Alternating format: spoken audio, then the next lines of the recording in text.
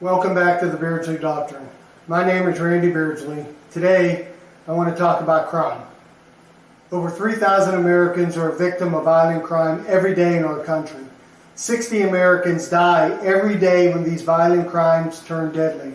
And almost 20,000 Americans are victims of a property crime every day in our country. And almost 300 people die from drug overdoses every day, most to illegal drugs crossing our border. If you agree this is unacceptable, then let's discuss Article 5. We reject the double standard that incites and legitimizes violence against some people and property, while criminalizing even self-defense for the victims of this violence. We support aggressive enforcement of all our laws against all criminals. We support the immediate removal of all governors, mayors, police chiefs, and district attorneys that won't fulfill their obligation to defend the U.S. Constitution and protect U.S. citizens and their property from this lawless behavior. Now, why is this important? In our country, the right to live without the fear of crime and violence, to pursue life, liberty, and happiness has always been held in the highest regard. But these ideals are hard to attain if your neighborhood or city is unsafe and dangerous. Safety and security is a fundamental need for every American. We elect officials to enforce our laws and maintain the safety of our communities. But when they fail to fulfill their constitutional oath to defend our freedoms, democracy and order are sure to be lost. Equally important is the fair distribution of rights and enforcement of laws among citizens. Unequal application of rights and laws is wrong because it infringes on the rights of some citizens to benefit others. This is a common theme in today's failed policies, that you can create rights or opportunities for some without taking it away from others. It can't be done. It creates resentment in an unsustainable condition. When a double standard turns a blind eye, or even worse, the government or media encourages violence by some, but then prohibits even self-defense from this violence by others, the only predictable outcome is the unnecessary loss of life and property and an escalation in violence. Politicians that participate in inciting this lawless behavior for their own political advantage or fail to enforce our laws prove they're not fit for office. Well, there are two themes that I want to weave together today to demonstrate what's wrong. The first theme is the general breakdown of law and order in our country due to the implementation of failed policies that the majority of Americans don't even agree with. And the second theme is the manipulation of our justice system by politicians to enforce an unequal application of the laws in our country. That dependent upon your political beliefs, that determines whether or not you'll be held accountable for your actions. Now, we all know that over the years there's been a continual decline in the safety of our cities and towns. The question is, why? The answer is the implementation of the policies that are bad for law-abiding Americans, but good for criminals. Failed policies that protect criminals rather than citizens, and they turn a blind eye to violence as long as it's committed against their perceived political enemies, or if they receive no political benefit to stop it. They've even used law enforcement resources against law-abiding citizens that they perceive as political enemies, rather than using them to prevent and solve actual crimes. Our government's lack of will to protect our communities has destroyed the lives, families, and livelihoods of millions of Americans already. Their vision for America seems intent on destroying our communities and our security. Just ask the millions of victims and their families each year. These are tragedies that occur every day, but solving these problems doesn't seem to be a priority. Have you seen $40 billion get earmarked lately to save Americans? I didn't think so. Regardless of this death and carnage, they implement one policy after another that the majority would never agree to. Policies such as no cash bond that immediately releases criminals from prison to commit additional crimes even before they face justice for the first crime.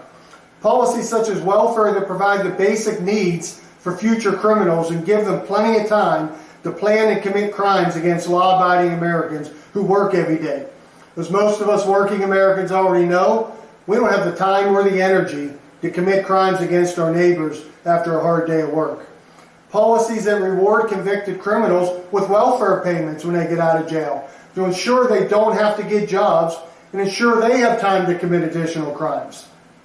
Policies that actually decriminalize crimes such as theft of your personal property to ensure even more crime occurs.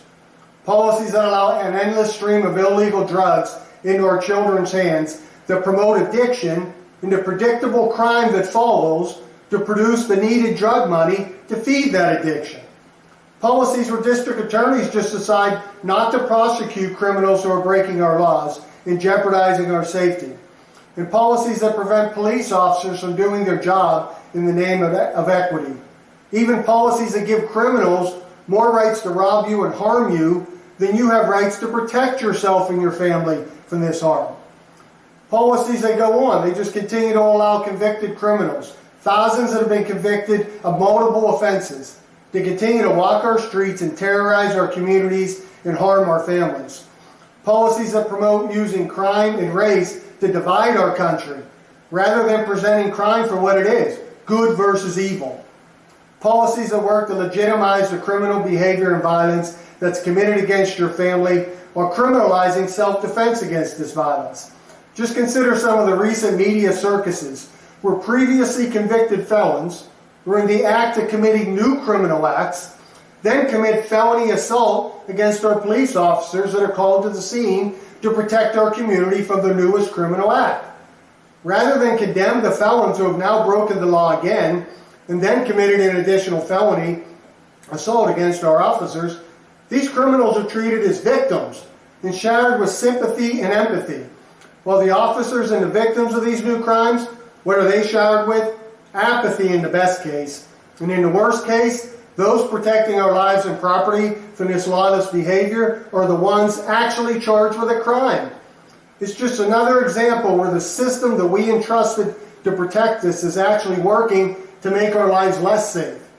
Yet they never pass up an opportunity to use a tragedy, especially if children are involved, to attempt to implement more failed policies.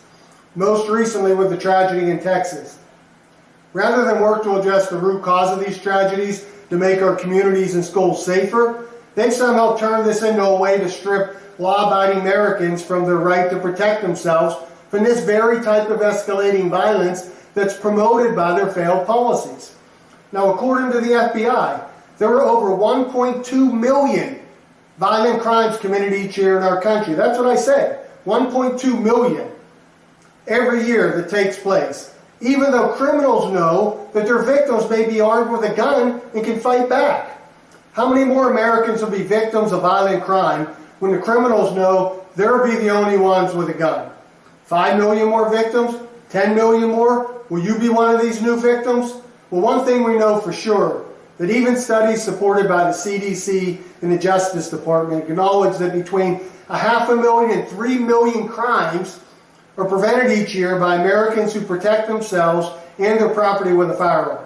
So we know for sure that somewhere between 500,000 and 3 million more victims, that's the starting point when Americans can no longer protect themselves. There are about 7 million property crimes committed every year in our country. How many more Americans will be victimized of their personal property? When did 1.2 million violent crimes and 7 million property crimes become acceptable? It isn't. But you couldn't tell from the muted response from our political class. So anyone that supports using these tragedies to illegally take your rights away will also be supporting creating millions more victims of crime in our country. Even though our government and the media are going to ignore the death and suffering of these additional millions of victims, like they do for the first millions, because these victims are politically expedient, it's still wrong and it's unacceptable. So regardless of how much this tragedy and others are sensationalized, don't fall for the failed solutions that just make you less safe and more likely to be a victim rather than address the root cause. Now, what must be done? The enforcement of our laws and the fair application of our laws must be carried out, and the rights of all citizens must be protected equally. Our right to protect ourselves and our family from this violence can't be compromised. 1.2 million violent crimes a year and millions of other crimes every year just doesn't cut it. We've allowed years of failed policies to go unchallenged. We've allowed years of politicians and the people that we entrusted them to appoint at all levels to talk a good game on crime while failing their responsibility to protect all Americans and their property from this lawless behavior. And now even worse, they want to take away your right to protect yourself and your family when they can't. Men and women that are in office and the people that they've appointed that just want to put criminals and political power first and our safety last, they got to be removed from office and replaced with Americans who care about the safety of all Americans. Now, the Beardsley Doctrine, it puts law-abiding Americans first, period. When you support the doctrine, it means you support an end to these failed policies. You support the prosecution of crime, regardless of political affiliation. You stand against the elimination of bond that allows criminals back out on our streets. You reject the decriminalization of crimes against our communities. You want an end to the revolving door policies that allow convicted criminals to spend a lifetime terrorizing Americans. You support a rural evaluation of our welfare program to ensure it isn't making idle time for people to commit crimes against your family and your property while you're at work. You support an end to welfare payments for convicts, but at the same time, we must also eliminate the liabilities that prevent companies from hiring these men and women who have paid their debt to society that are trying to get a job, so they have options other than returning to a life of crime or welfare. You demand a stop to the endless stream of illegal drugs that cross our border, target our children, and creates addiction into crime required to finance these addictions.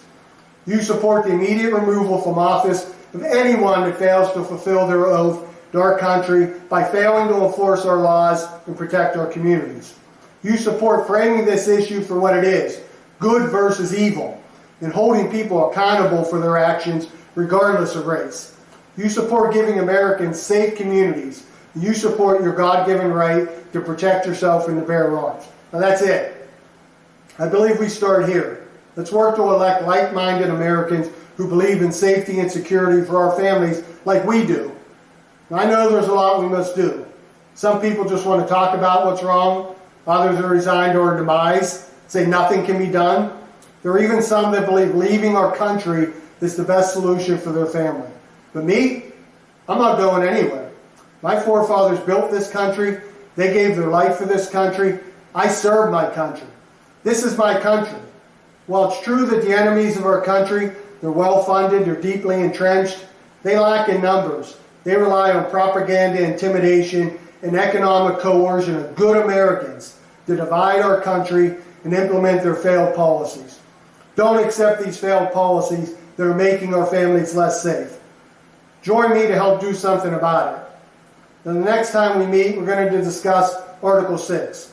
Article 6 addresses how the media manipulates and misleads us to support policies that hurt our country and keep us divided rather than working together to build a better future.